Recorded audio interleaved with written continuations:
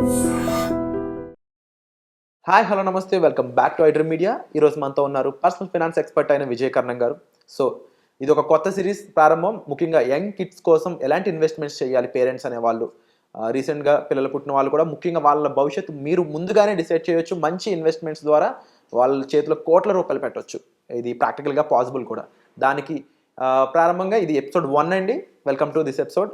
Hi sir. Hello అండి. Sir ఇది ఒక గ్రేట్ ఇనిషియేషన్ అని చెప్పొచ్చు. అవునండి. చాలా మందికి ఒక డౌట్ వస్తుంది అనమాట. ఇప్పుడు ఇన్వెస్ట్మెంట్స్లో ఉన్న వాళ్ళు, మార్కెట్లో ఉన్న వాళ్ళకి పిల్లల స్టడీస్లో అంత పెట్టే బదులు అప్పట్లో ఆ మ్యూచువల్ ఫండ్లో పెట్టుంటే ఈ పాటికి నా దగ్గర ఎన్ని కోట్లు ఉండేదో. అవును. ఇలాంటి ప్యారలల్ థాట్స్ అనేవి చాలా మందికి ఉంటాయి. అవునండి. సో మీరు ఏం చెప్తారు సార్? ఫర్ ఎగ్జాంపుల్ నా ఫ్రెండ్కే రీసెంట్గా మ్యారేజ్ అవ్వడం, పిల్లలు పుట్టడం అయింది 1 yearలో. ఓకే. తన కిడ్కి తను ఎన్ఆర్ఐ స్టడీస్లో అంటే ఇలా ఫారెన్లో చదివించాలని ఆశ ఉంది. ఓకే. వాడు వెళ్దాం అనుకున్నాడు, ఓకే. బట్ వెళ్ళలేకపోయాడు Okay. ఫైనాన్షియల్ సిచ్యువేషన్ వల్ల. ఇప్పుడు తన పిల్లల మీద కళ తీర్చుకుందాం అనుకుంటున్నాడు. అవును. అవును. ఎలా ప్లాన్ చేసుకోవాలి అతను? డెఫినెట్గా అండి. అంటే ఇప్పుడు అంటే లాస్ట్ కోవిడ్ తర్వాత ఒక 1-2 years నుంచి కొంచెం క్రేజ్ తగ్గిందని అనుకోవచ్చు మనము అబ్రాడ్ ఎడ్యుకేషన్. కాకపోతే అబ్రాడ్ ఎడ్యుకేషన్, ఆ క్వాలిటీ లైఫ్ కానీ ఆ quality education will always be అన్న top priority for our specially మన తెలుగు కమ్యూనిటీలో కానీ, తెలుగు స్పీకింగ్ కమ్యూనిటీలో కానీ ఆల్వేస్ గోయింగ్ అంటే అబ్రాడ్కి వెళ్ళడం ఒక పెద్ద డ్రీమ్. చాలామంది ట్రై చేస్తారు, చాలా తక్కువ మందికి అది పాసిబుల్ అవుతుంది. వెళ్ళిన వాళ్ళు కష్టాలు పడతారు, అక్కడ ఏమంత ఈజీగా ఉండదు.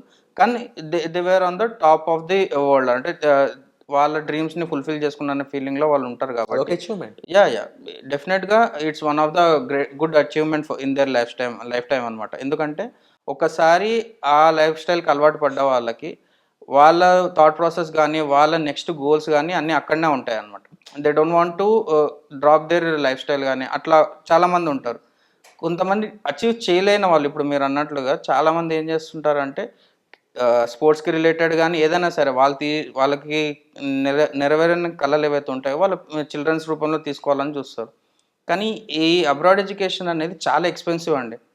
మనకు ఫస్ట్ ఎందుకు మనకు కాలేదని కూడా మనం ఒకసారి ఆలోచన చేయాలి. మనకు ఎందుకు కావాలంటే ఫినాన్షియల్ బ్యాక్గ్రౌండ్ అంత సరిగ్గా లేనందువల్ల, లేకపోతే ఫినాన్షియల్ సపోర్ట్ సరిగ్గా రానందువల్ల.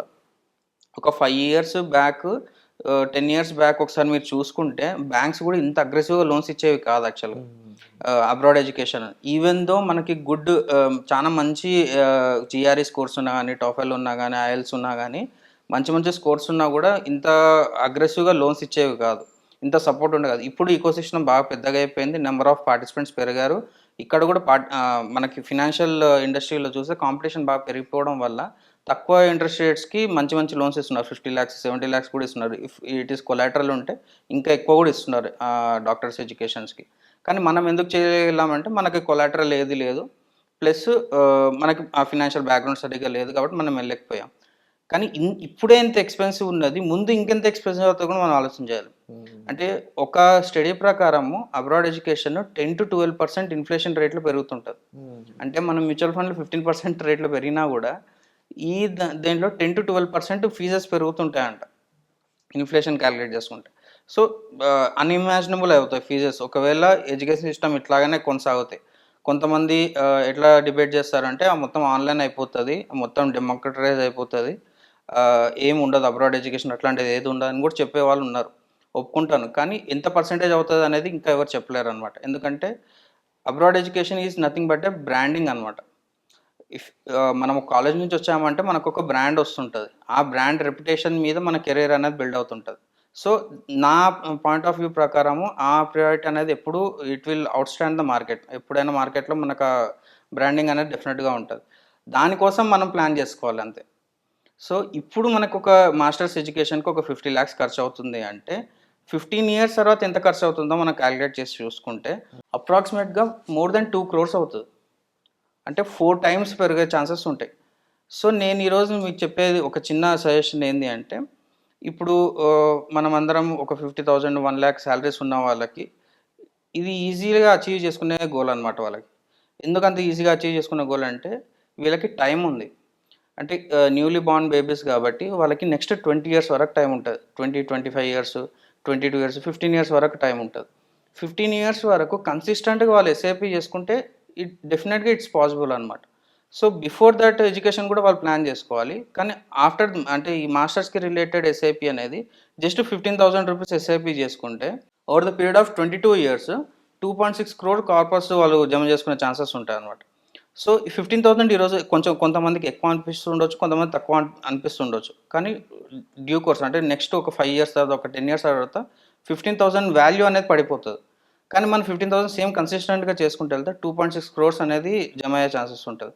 వన్స్ ఆ కార్పస్ జమ అయినాక డైరెక్ట్‌గా అది కంప్లీట్‌గా ఇది మీరు వైట్ ఇన్వెస్ట్‌మెంట్ మీరు చేసేది ల్యాండ్ ఇన్వెస్ట్‌మెంట్ కాదు, రియల్ ఎస్టేట్ కాదు కాబట్టి, ఆ కంప్లీట్ కార్పస్ తీసుకొని మీకు మాస్టర్స్‌కి మీ కిడ్‌కి వితౌట్ ఎనీ లోన్స్ మీరు ఫండింగ్ చేయొచ్చు. So, it's one of the good ఇది mutual fund as a tool good implication మనం ఇక్కడ అప్లై చేసుకోవచ్చనమాట.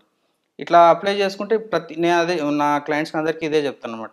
మనకి ఏ గోల్ ఉన్నా సరే దాన్ని ఎస్ఐపికి లింక్ చేసుకుంటే డెఫినెట్‌గా నెక్స్ట్ 5 ఇయర్స్, 10 ఇయర్స్‌లో డెఫినెట్‌గా ఆ గోల్స్ మీరు అచీవ్ చేయగలుగుతారు. చాలామంది లంసమ్స్ లేదని బాధపడుతుంటారు కదా! డెఫినెట్‌గా లంసమ్ చేయలేని వాళ్ళు అందరి దగ్గర లంసమ్ అమౌంట్లు ఉండదు. కానీ ఎస్ఐపీస్ అయితే డెఫినెట్‌గా అందరి దగ్గర ఉంటాయి కదా! ఇప్పుడు 15,000 ఎస్ఐపి అని నేను చెప్తున్నాను. 15,000 ఎస్ఐపి చేస్తేనే అవుతదని కాదు. మీరు స్టార్ట్ చేయడం 500తో స్టార్ట్ చేయండి. ఎప్పుడైతే మనకి బడ్జెటింగ్ క్లియర్ చేసుకొని అంటే ఒక ప్రాపర్ ఫినాన్షియల్ స్ట్రక్చర్ మనకి ఫ్రేమ్ వర్క్ చేసుకున్న తర్వాత over the period of next 2, 3 years దాన్ని గ్రాడ్యువల్‌గా పెంచుకుంటూ పోయి 15,000 అనేది మార్క్ టచ్ చేసుకోండి. మీరు ఈ ప్రాసెస్ చేస్తున్నారు అప్పుడు 15 కాకపోతే 20,000 ఎస్ఐపి చేయాల్సి రావచ్చు. కానీ 20,000 ఎస్ఐపితోని అగైన్ మళ్ళీ మీరు 2.6 క్రోర్ కార్పస్ బిల్డ్ చేసుకునే ఛాన్సెస్ అయితే ఉంటాయి. సో, ఇక్కడ మనకు అడ్వాంటేజ్ వస్తది టైమ్ యాక్చువల్‌గా మనీ కంటే.